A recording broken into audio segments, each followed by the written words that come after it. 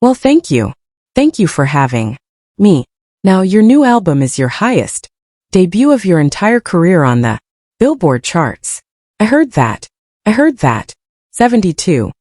How does it feel to have such a high charting album at this stage in your career? Absolutely wonderful. When Aretha Franklin died, her family discovered 3 handwritten wills hidden in her home. But the biggest shock wasn't the money or the mansion. It was a secret about her 2 oldest sons that she had kept buried for 60 years. The truth was written in her own handwriting, and it changed everything. They thought they knew. Her family had been living with lies, and now they're finally ready to tell the world what really happened. Aretha Louise Franklin was born on March 25, 1942 at 406 Lucy Avenue in Memphis, Tennessee. She was delivered right at her family's home.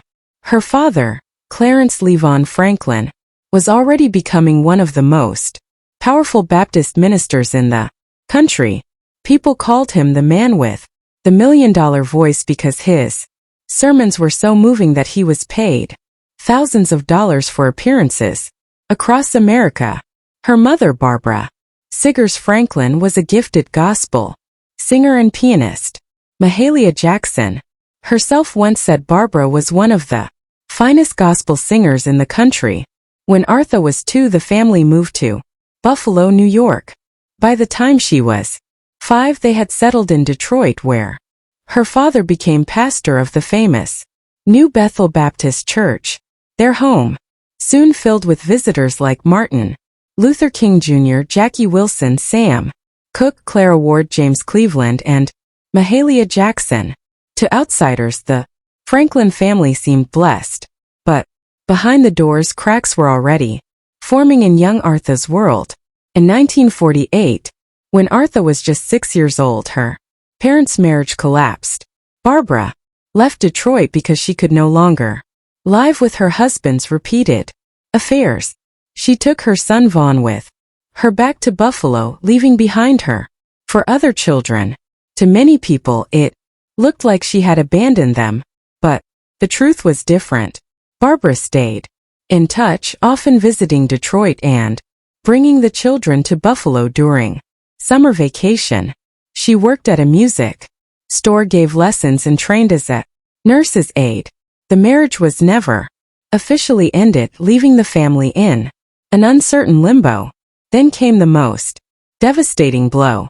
On March 7, 1952, just weeks before Aretha's 10th birthday, Barbara died of a massive heart attack.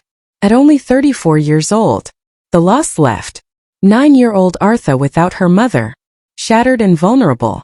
She leaned on her grandmother Rachel and gospel legend Mahalia Jackson, who helped raise her. That wound of early loss stayed with Aretha forever, shaping the emotion in her music that touched millions. Life inside the Franklin home was far more complicated than outsiders ever guessed. Behind her father's powerful pulpit voice were disturbing stories that painted a darker picture. The most shocking claim came from Memphis in 1940, 2 years before Aretha was born, when C.L. Franklin allegedly impregnated a 12-year-old congregant named Mildred Jennings, who later gave birth to a daughter, Carol Ellen Kelly. Over the years, others described the church environment as chaotic and scandalous.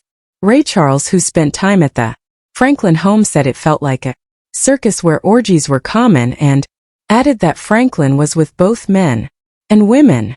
In David Ritz's biography, Charles recalled being stunned by how loose and open everything was. There were also whispers that Franklin was tied to the Detroit drug trade and even arranged for young girls from his congregation to be with older men.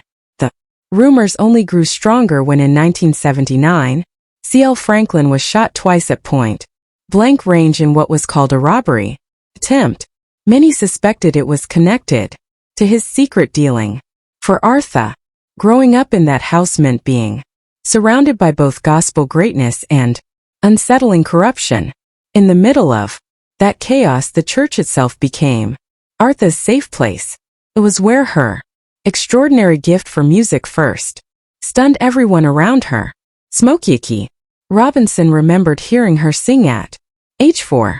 By 7 she was already playing complex chords on the piano by ear without a single formal lesson.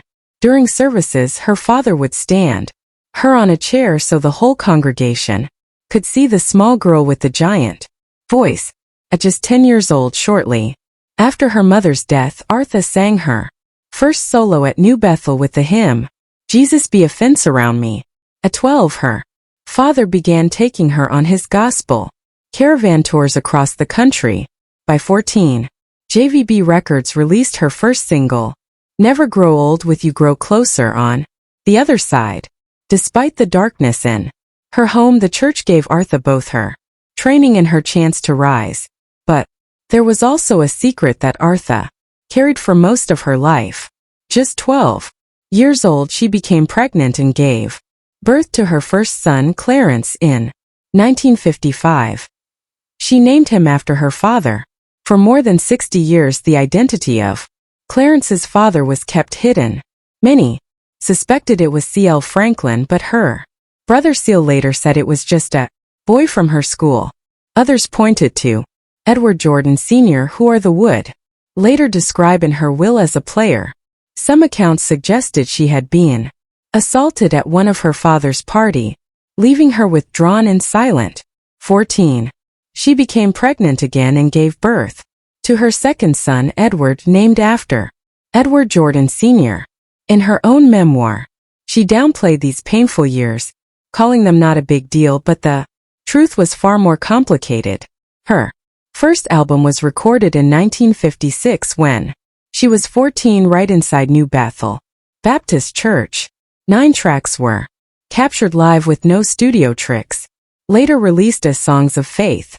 Producer Jerry Wexler described her teenage voice as not that of a child, but of someone with otherworldly power. During Precious Lord, a voice from the audience can be heard calling, "Listen," at her.